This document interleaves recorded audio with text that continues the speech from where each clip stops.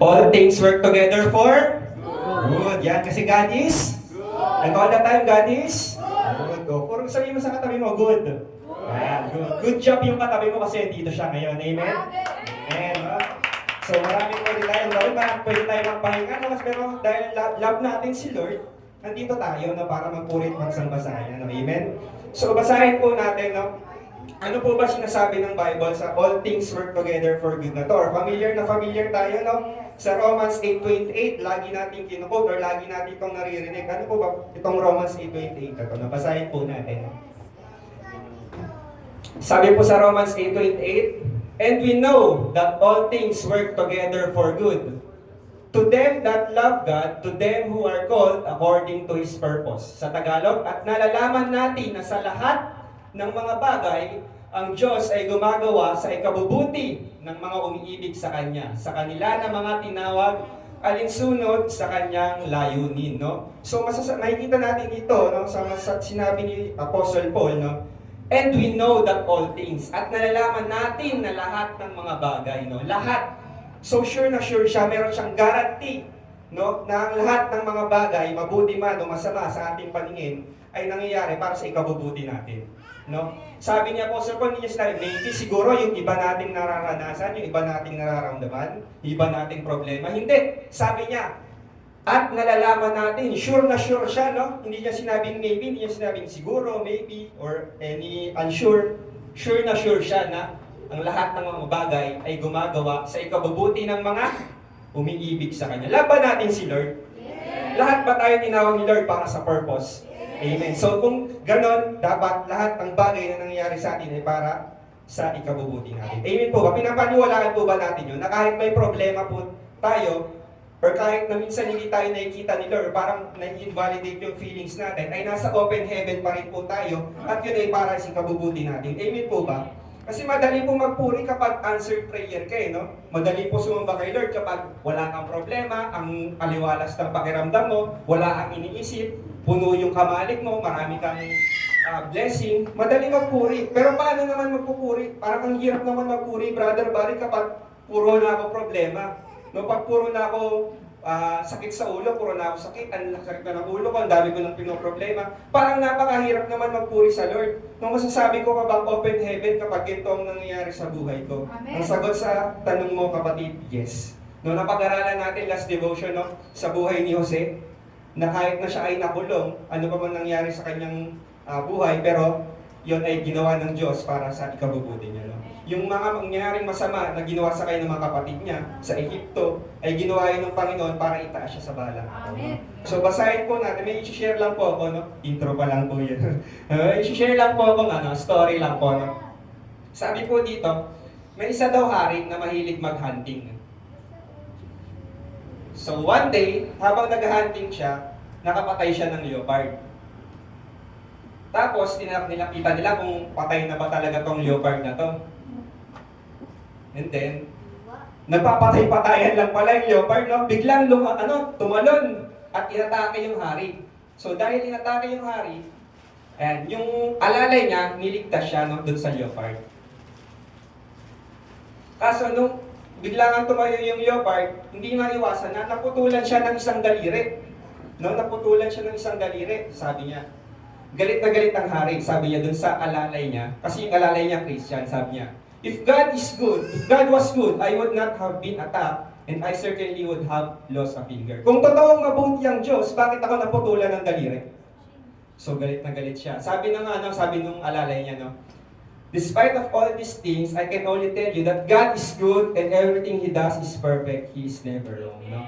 Yun yung tugon ng alalay. Galit na galit yung hari, naputulan niya siya ng daliri. Sabi niya, response ng hari, I'll put you in prison, would you still think that it was what's best for you? Kung ipakukulong kita ngayon na, tingin mo ba yun yung ikabubuti mo? Sabi nung alalay niya, The servant without any fear humbly replied, yes, my king, I would still think that's the best arrangement for me. So sabi niya, sige, kahit ipakulong mo ako, sa tingin ko yun yung ikabubuti ko. Sabi niya, pinakulong ngayon siya. Next. So that 3 months after, gumaling na yung daliri ng hari. Nag-hunting ulit siya kasi mahilig siya mag-hunting. Pero iba alalay na ang kasama niya. So habang naghahunting siya, nahuli sila ng mga tribes, ng mga cannibal, no? Yung mga cannibal na yan, yun yung mga sumasamba sa mga rebulto, nag-aalay sa mga araw, yung mga cannibal, yung mga ganong tribes, no? So yan, nahuli sila, nag-sacrifice sila ng human sacrifice. On the altar, desperate king watched his servant was killed beside him. So yung alalay niya, unang pinatay, no? Kasi inalay nga, kasi dininiwala sa Diyos yung mga nakahuli sa kanila. So next. Tapos, nung iaalay na yung hari, napansin nila na yung hari, putol yung daliri. No, doon sa mga cannibal na to, hindi sila tumatanggap ng alay sa kanilang araw ng kulang, kumbaga imperfect yun, no? Hindi ka pwede ialay. So, ang ginawa sa hari, pinalaya yung hari. No? Now, considered him to be incomplete and so he couldn't be offered to their God. So, pinaalas yung hari, no? Dahil nga sa putol yung daliri niya. Yan. On returning to his palace, pinuntahan niya agad yung alalay niya. Pinalaya niya. Sabi niya, he went to him and humbly said, "My friend, God was really good to me. I was almost killed, but for my missing finger, I was released." No? So dahil nga naputol yung daliri niya, hindi siya napatay. No? Minsan sa buhay natin, yung akala nating pagsubok sa buhay natin, akala natin para pahirapan lang tayo ni Lord. Bakit ako pinapahirapan ni Lord? Naglilingkod naman ako sa'yo. Bakit ang bigat ng problema ko? No? Bakit ganito yung nangyayari sa akin? Open heaven pa rin. Bakit naglilingkod ako kay Lord? Pero dito makikita natin sa story na to na God is good all the time. Kung hindi naputol yung daliri niya, no, malamang patay na yung ari. No? Ngayon, sagot naman ito, sagot niya. However, I have a good question. The king continued. If God was so good, why did He allow me to put you in prison? No? Di ba sabi mo, God is good all the time. Bakit hinayaan ni Lord na ikaw ay ipakulong ko? Sabi nung alalay, "My king, kung hindi mo ako pinakulong, kasama mo ako naghunting. At dahil kung kasama mo ako naghunting, hindi ako nakakulong ngayon, baka ako yung patay." Naiintindihan po ba natin yung moral story, no? Kasi pinakulong siya ng hari eh. Ginawan siya ng masama ng hari kahit na sinasabi niya na ng Diyos ay mabuti. Pero ginawa yun ng hari, niligtas siya ng Diyos. Kasi kung kasama nga naman siya ng hari, patay siya, no? So God is good all the time, no? So basahin nga po natin sa Isaiah 55 verse 8 and 9. Ayan. Isaiah 55 verse 8 to 9. Ang sabi ni Yahweh, "Ang aking kaisipan ay hindi nyo kaisipan. Ang iyong kaparaanan ay hindi ko kaparaanan. Kung paano ang langit ay mas mataas kaysa lupa, ang aking kaparaanan ay higit kaysa iyong kaparaanan. At ang aking kaisipan ay hindi maabot ng inyong isipan." Madalas pinapangunahan natin si Lord. Lord, gusto ko ng ganito, ito yung plano ko. Ito yung plano ko sa future ko, ito yung plano ko sa mga anak ko, ito yung gusto kong gawin. Pero minsan, hindi yun yung naka-align sa gustong ipagawa sa atin ni Lord. No? Minsan magtatampo pa tayo kay Lord, "Lord, open heaven ha. Dapat pag nag-apply ako sa trabaho to, pagpapalain mo ko dahil sumusunod ako." So, minsan nagde-demand pa tayo kay Lord, no? Hindi natin ina-align kung ito ba yung gusto ni Lord para sa atin, no? Alalahanin natin na ang kaisipan ni Lord ay hindi natin maarok kahit anong gawin natin. Ang kaisipan ni Lord, sabi nga dito, ay hindi natin kaisipan. His ways are not our ways, no? His thoughts are not our thoughts. Masyadong mataas ang pag-isip ni Lord para arokin natin. So dapat ang gawin lang natin, ipagkatiwala natin kung ano ang ating mga bagay na iniisip, ang ating mga plano, at ating mga gustong gawin para sa Kanya. Para makareceive tayo ng open heaven. Hindi lahat ng gagawin natin open heaven kung wala ang presensya ng Diyos. Hindi lahat ng gagawin natin magiging open heaven kung hindi natin siya kasama. Amen po ba?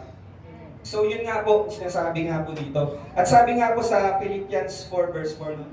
Wala, hindi ko po ata nailagay dyan. Sabi sa Philippians 4 verses 4, "Rejoice in the Lord," and I said again, rejoice. Sinabi po ito ni Apostle Paul habang siya ay nasa kulungan. Sinisipin mo yung taong nakakulong, yun pa yung nag-encourage sa'yo na maging masaya ka at magalak ka sa Panginoon kahit ikaw ay may problema. Lalo na yung walang problema. Sino po ba dito walang problema? Lahat po tayo may problema. Maliit o malaking problema, pero dahil kasama natin ng Diyos, open heaven, makakaya natin to. And all things work together for good. Amen. Sabi mo sa katabi mo, all things work together for good. Hinawala po ako to. Sorry po. So, tuloy ko po, no? May isa pa pong kwento to, no? Real story naman po to, true story.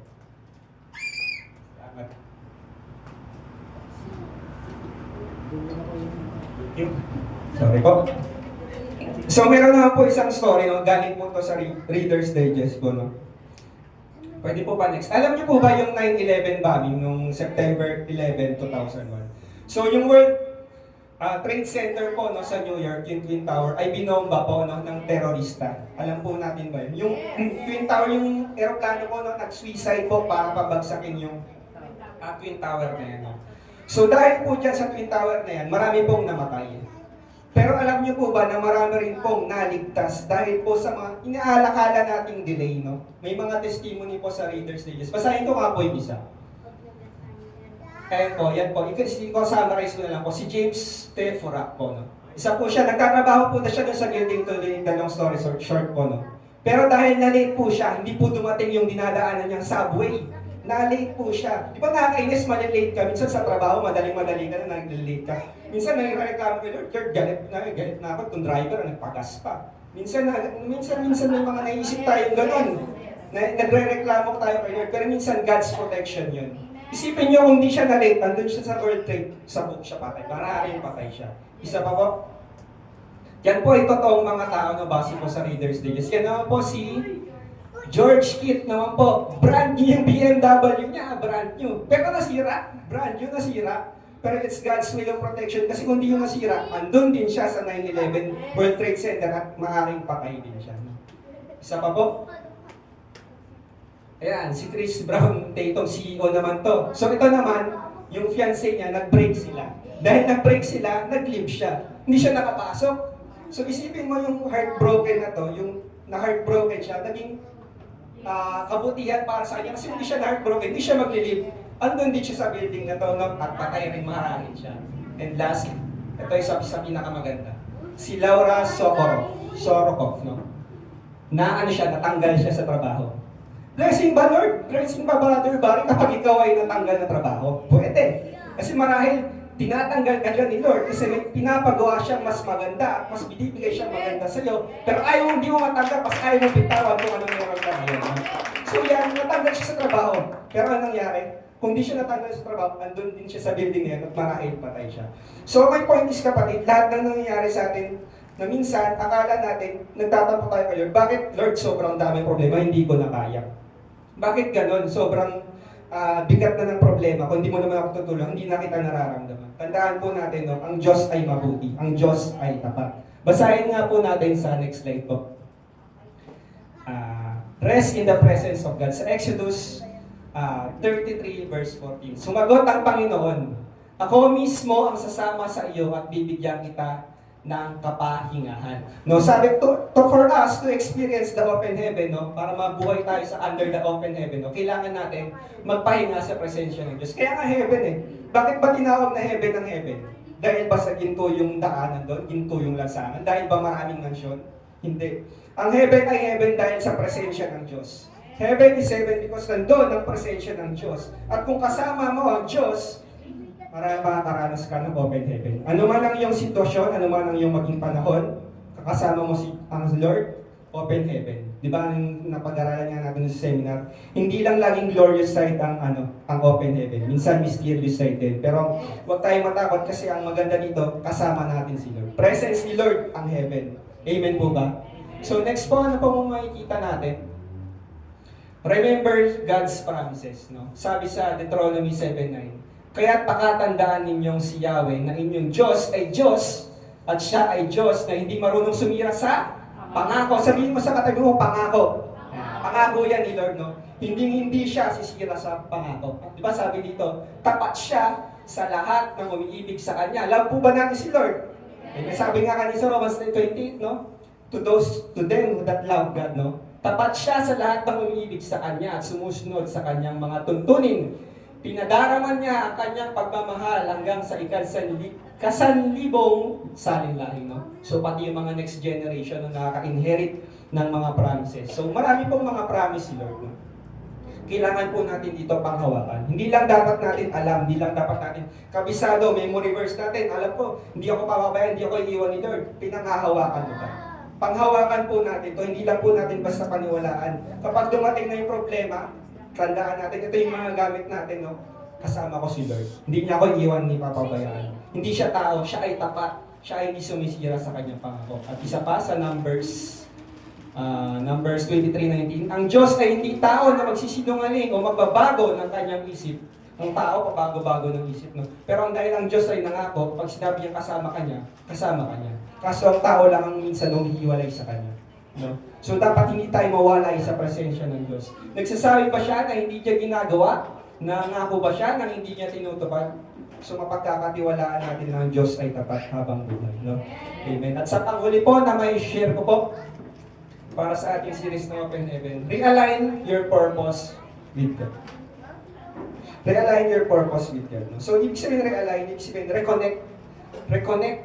Lumapit kayo sa Diyos at lalapit siya sa inyo. So, minsan, hindi na natin nararanasan yung open heaven. Bakit hindi ko na nararanasan yung open heaven? Kagaya ng sabi ko kanina, yung heaven is in the presence of God. Baka, let's check ourselves. No? Siyasatin natin ang ating sarili. Nasa presensya pa ba ako ng Lord? O unti-unti na akong lumalayo sa Kanya? Baka kaya hindi ko na nararanasan yung open heaven kasi malayo na ako sa Kanya. Baka kaya hindi ko na nararamdaman na kasama ko siya si Lord dahil baka namumuhay na ako sa kasalanan. Baka lumayo na ako sa Kanya. So it is not si Lord ang umalis or lumayo sa atin. Tayo ang lumalayo sa Diyos. At ang dapat natin gawin, ang perfect response natin is to realign our purpose to God. Let's reconnect the presence of God to receive the open heaven. No? Madali lang po magsabi pag tayo ay nasa presensya ng Diyos. Parang andun yung lahat ng kapayapaan. Panatag ka, wala kang problema. Kahit may mabigat kang problema, iniisip mo nga itong all things work together for good. Alam mo para sa ikabubuti mo to. Kasi kasama mo ang Diyos. Meron kang kapayapaan. At yun ang kaibahan kapag ikaw ay lumayo sa Diyos. Minsan nawawala na yung kapayapaan. Balisang-balisa ka. Napakaliit na problema. Napakaliit. Pambayad sa ginto, due date sa ginto, sakit sa ginto. Pero nawawala na yung peace at presence ni Lord sa iyo kasi nga lumayo ka na sa Kanya. So let's check ourselves, no? And it's our encouragement sa bawat isa, no?